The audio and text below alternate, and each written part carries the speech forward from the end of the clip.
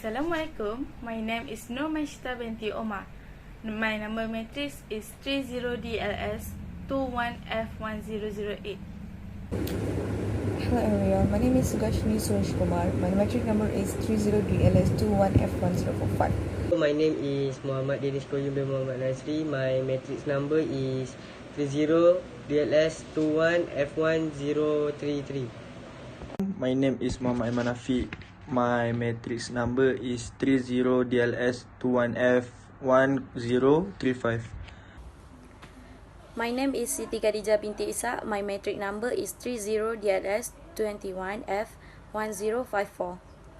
For introduction, pandemic is trigger severe social and economic disruption around the world, including the largest global since the Great Depression.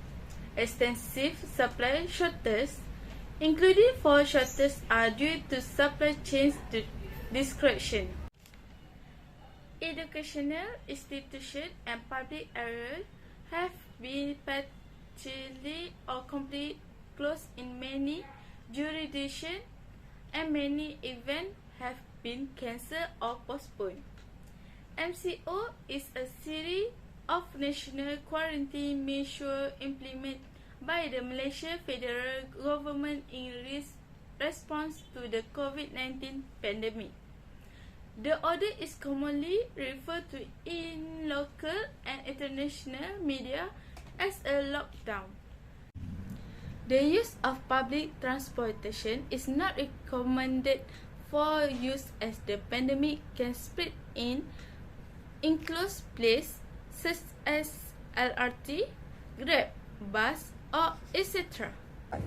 So now I'm gonna explain about methods of Malaysia MCO implement in land transport, aviation, and maritime sector. Method 1. Operating hours. Land, it's 6 a.m. to 12 a.m. and maritime 12 p.m. to 12 a.m. and then aviation, it's normal. It's not for passengers, only for cargo, like example like export or import, like that. And method 2. Symptom screening temperature face mask. Drivers and passengers need to undergo symptom screening and temperature checks before starting task. Example, like wherever you go, you have to check your temperature and must have to wear mask wherever you go. Method 3. 50% occupancy. 50% occupancy, it means like in a workplace there is an employee and workers, there is a 50% occupancy for all over Malaysia. Method 4. Permission to cross district. Every state, every district in Malaysia, you must when you cross district or state, you must have permission letter to cross. Like example, it's called surat kebenaran, surat rentas negeri. That's all for me. Thank you. Method 1. The worker for land transportation will have a risk of their health because they overwork and they do not have enough time to their personal rest time. Second, the worker for maritimes, they sacrifice their life and time with family while working, and they have to face a lot of challenge in the ship, such as storm and rough sea. And the last point is the worker for aviation also risk their life when they on the airplane that have a risk to crash, engine problem during flight, and terrorist attack. Technician also will be stressed due to overwork while service or fix the airplane component and engine. The impact of method 2, they will cost a lot of time and enjoy the customer and worker. Other than that, it will cost a lot of time because they always have to confirm the whether they have symptom or not, to confirm the weather before using the transportation service, and if they have the need to swab test to to cost money. The worker also have a risk getting a COVID when boarding passenger.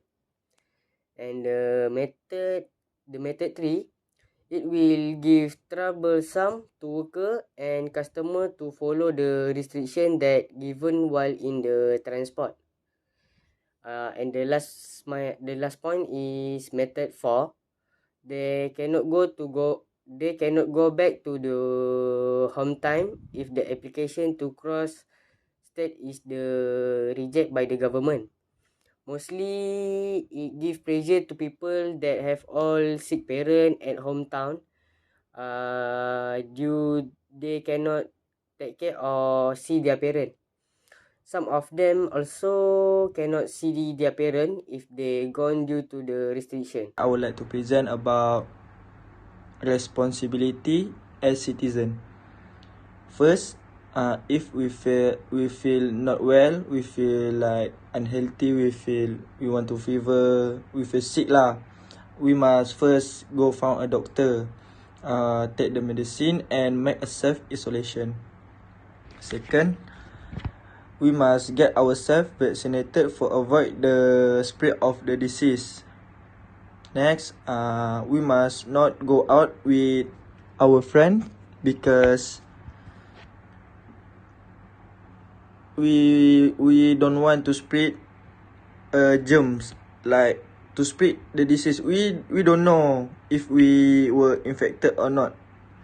So the best way is stay at home and keep in touch with friends through social media such as Instagram, WhatsApp, Twitter, WhatsApp video call and WhatsApp message. Next, if we want to go outdoor, we must wear a mask so we not easily infected by someone that have the disease.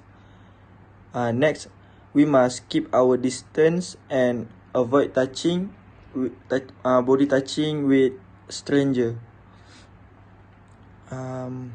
My last point is we also must keep ourselves clean and always wash our hands to avoid from infection. Which mean our first thing to do when we come back home is we must take a shower first. So when we take a shower first, the germs